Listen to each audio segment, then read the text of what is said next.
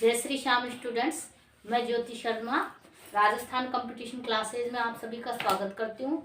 और स्टूडेंट्स, इस बार मैं आपके लिए लेके आई हूँ जो नई वैकेंसी निकली है पशु परिचर की, तो उसका सिलेबस। तो स्टूडेंट्स, पशु परिचर के अंतर्गत 150 क्वेश्चन आने वाले हैं और प्रत्येक क्वेश्चन 1 नंबर का होगा।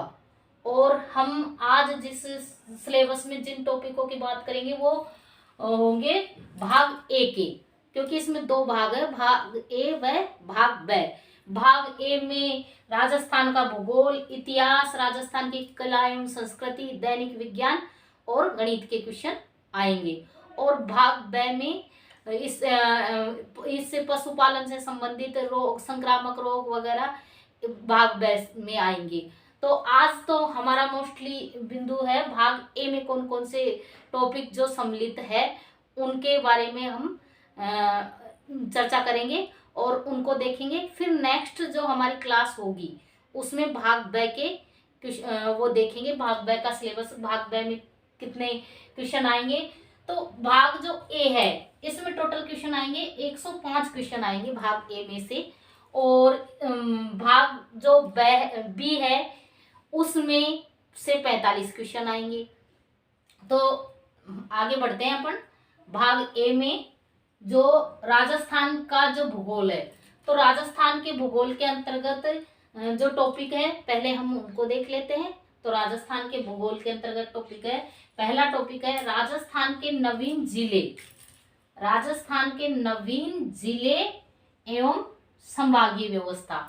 अब पुराने के अनुसार नहीं आएगा, जो भी आएगा वो नवीन जिलों के अनुसार आएगा। इस टॉपिक में जो भी है वो नए जिलों के अनुसार, कि भाई जो संभागीय व्यवस्था है, नए जिले बन गए, 10 संभाग बन गए, तो वो सारी व्यवस्थाएं इस टॉपिक के अंतर्गत हम पढ़ेंगे। 50 जिले नए पढ़ेंगे हम इसमें और 10 संभाग पढ़ेंगे। इनको सबको अलग अलग विस्तृत रूप से हम पढ़ेंगे। फिर नेक्स्ट है राजस्थान का सामान्य परिचय। तो राजस्थान के सामान्य परिचय के अंतर्गत आ जाएगा भौतिक विभाजन और उसमें कितने भागों में विभाजित किया गया है, कितने क्या, तो इसका एक सामान्य विभाजन आ जाएगा। पश्चिमी राजस्थान का और पूर्वी राजस्थान का, समतल मैदान का, ये सारा एक तरीके से उस विभाजन को हम पढ़ लेंगे। फिर नेक्स्ट राजस्थान की अवस्थिति एवं भू आकृतिक प्रदेश। तो राजस्थान की अवस्थिति और भू आकृतिक प्रदेश आएंगे इसके अंतर्गत।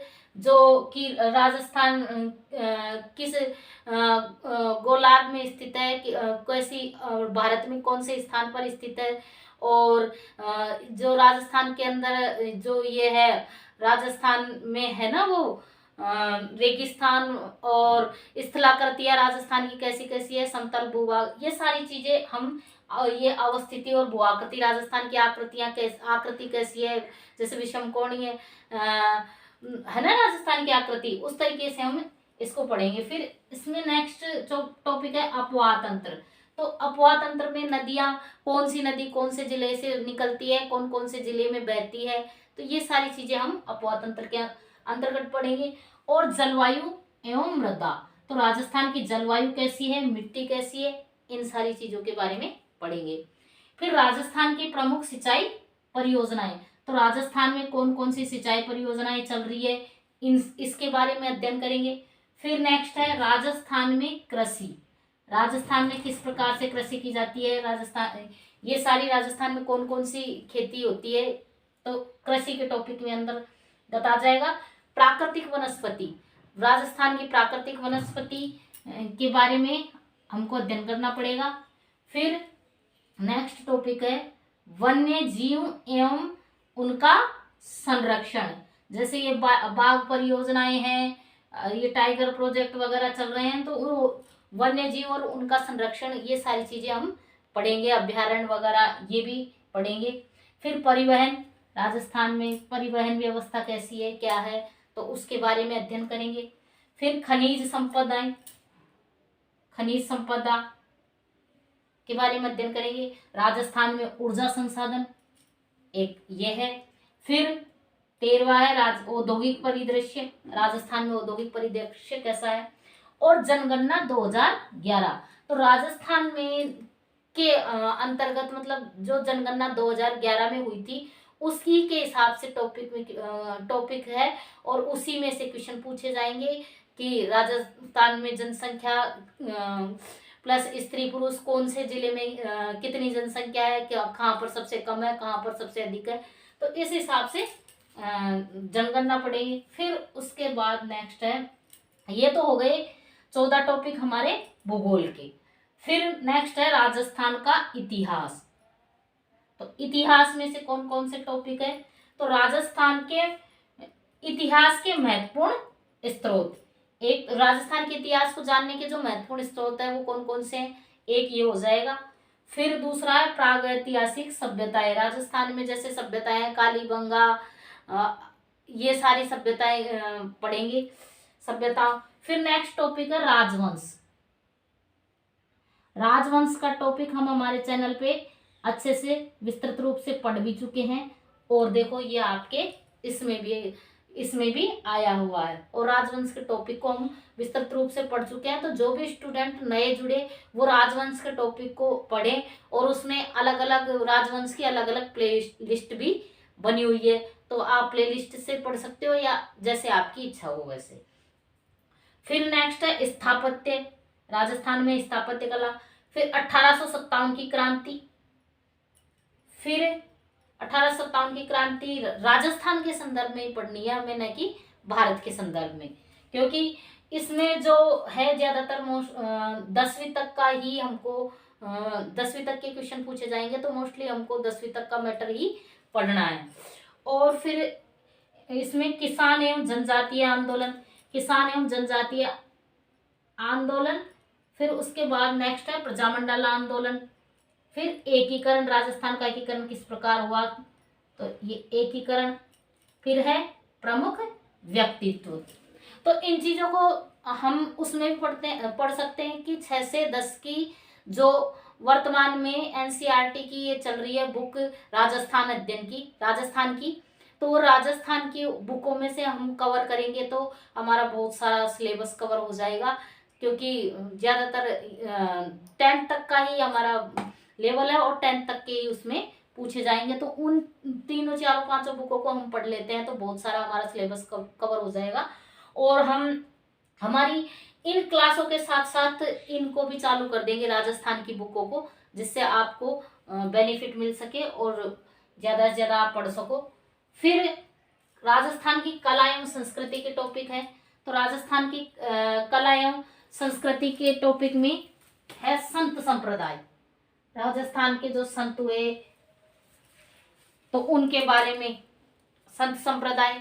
फिर नेक्स्ट है लोक देवता एवं देविया, लोक देवता और देविया, और कौन कौन से जिलों में इनका मंदिर स्थित है, कहाँ पर स्थित है, तो ये सारे जैसे करणी माता है देशनोक बीकानेर, और जमवा रामगढ़ में जमवाई माता है, और इनके बारे में ये भी पूछ लिया जाता है कि भाई ये कौन से कुल की देवी है या कौन से कुल की कुल देवी है और कौन से कुल के अधिष्ठात्री देवी है, तो इस तरीके से क्वेश्चन आ सकते हैं। फिर नेक्स्ट है तीसरा शिल्प कला एवं हस्तकलाएं, तो हाथों से निर्मित सामान और शिल्प कला ये टॉपिक भी है। फिर नेक्स्ट है चित्रकला, राजस्थान की चित्रकला। फिर पांचवा है लोक संगीत एवं वाद्य यंत्र, जो भी लोक संगीत है, लोकगीत और वाद्य यंत्र उनसे संबंधित क्वेश्चन आएंगे। फिर मेले एवं त्योहार, राजस्थान में कौन कौन से मेले प्रसिद्ध है, कौन कौन से त्योहार मनाए जाते हैं, तो ये मेले एवं त्योहार का टॉपिक है हमारे। फिर सातवां है लोक नृत्य एवं लोक नाट्य, तो कौन कौन से लोक नृत्य प्रसिद्ध है और प्रसिद्ध है जो है, और उसके साथ कौन कौन से लोक नृत्य कौन कौन से क्षेत्रों में, किसी क्षेत्र विशेष के भी प्रसिद्ध है, तो कौन से क्षेत्र में कौन सा लोक नृत्य किया जाता है, या कौन सी फसल कटने पर किया जाता है, या कौन सी त्योहार पे किया जाता है, तो इस तरीके से भी लोक नृत्य एवं लोक नाट्य जो प्राचीन काल में प्रचलित थी, मनोरंजन की एक तरीके की विधा थी लोक नाट्य, जो लोगों द्वारा मतलब एक नाटक के रूप में मंचित किया जाता था, तो ये लोक नृत्य एवं लोक नाट्य। फिर आठवां है राजस्थानी साहित्य, तो राजस्थानी साहित्य का भी एक ये भी विस्तृत टॉपिक है, इसमें बहुत सारी पुस्तकों के हमें लेखकों को पढ़ना पड़ेगा, इनको याद करना पड़ेगा। फिर है 9वां भाषा, बोलियां एवं सांस्कृतिक संस्थाएं, तो भाषा, बोलियां एवं सांस्कृतिक संस्थाएं पढ़नी पड़ेगी। फिर 10वां संस्कृति, परंपरा एवं विरासत, और फिर 11वां है पर्यटन स्थल, कौन कौन से पर्यटन स्थल राजस्थान में कौन से जिले में कहाँ पर स्थित है। तो इन सब चीज़ों को हम एक एक करके जब नेक्स्ट क्लासें आएंगी तो उन क्लासों में हम पशु परिचर की एक एक क्लासों को पढ़ते जाएंगे। फिर दैनिक विज्ञान के भी कुछ टॉपिकों को इसमें सम्मिलित किया गया है। जैसे दैनिक विज्ञान में है पदार्थ की अवस्था एवं संगठन, फिर दूसरा है धातु एवं अधातु, फिर तीसरा है भौतिक एवं रासायनिक अभिक्रियाएं, फिर है अम्ल, क्षार एवं लवण, फिर है कार्बन एवं उसके यौगिक, फिर छठा है प्रकाश, 7वां है ध्वनि, 8वां है विद्युतिकी एवं चुंबकत्व, फिर 9वां है मानव शरीर, 10वां है प्रजनन एवं किशोरावस्था, 11वां है आहार एवं पोषण, 12वां है पशुजन्य रोग। फिर ये 12 टॉपिक हमारे दैनिक विज्ञान में के सम्मिलित किए गए हैं। और ये सारे ज़्यादा से ज़्यादा आप अगर 6 से 10 तक की बुकों में से पढ़ोगे तो ज़्यादा कवर कर पाओगे और ज़्यादा सही रहेगा, क्योंकि हमारा लेवल उतना ही है। फिर गणित के टॉपिक सम्मिलित किए गए हैं। गणित में जैसे बहुपद, 2 चर वाले रेखीय समीकरण, द्विघात समीकरण, प्रतिशत, लाभ हानि, साधारण चक्रवृद्धि ब्याज, अनुपात एवं समानुपात, फिर 8वां है समतलीय आकृतियों का क्षेत्रफल एवं परिमाप, फिर 9वां है समतलीय आकृतियां, 10वां रेखाएं एवं कोण, 11वां ठोस आकृतियों का पृष्ठीय क्षेत्रफल एवं आयतन, 12वां है त्रिकोणमितीय अनुपात, 13वां ऊंचाई दूरी, 14 डाटा निरूपण, 15 केंद्रीय प्रवृत्तियों की माप और 16वां है प्रायिकता। तो स्टूडेंट्स, हम किसी भी कार्य को, जैसे कोई भी तैयारी करने से पहले हम सबको उस चीज का सिलेबस पता होना चाहिए कि सिलेबस में क्या क्या है क्या नहीं है। तो भाग ए के अंतर्गत जितना सिलेबस था वो इसमें हमने सम्मिलित कर लिया है। नेक्स्ट क्लास में मैं आपके लिए भाग बी का सिलेबस लेके आऊंगी, और फिर उसके बाद जो भी क्लासें होगी उनमें मैं इन एक एक टॉपिकों को आपको पढ़ाना स्टार्ट कर दूंगी। एक एक टॉपिकों को हम मिलकर पढ़ेंगे, जिससे हमारी तैयारी और बेहतर बन सके और हम सेलेक्ट हो सके। इसी के साथ आज की हमारी क्लास पूरी हुई। धन्यवाद।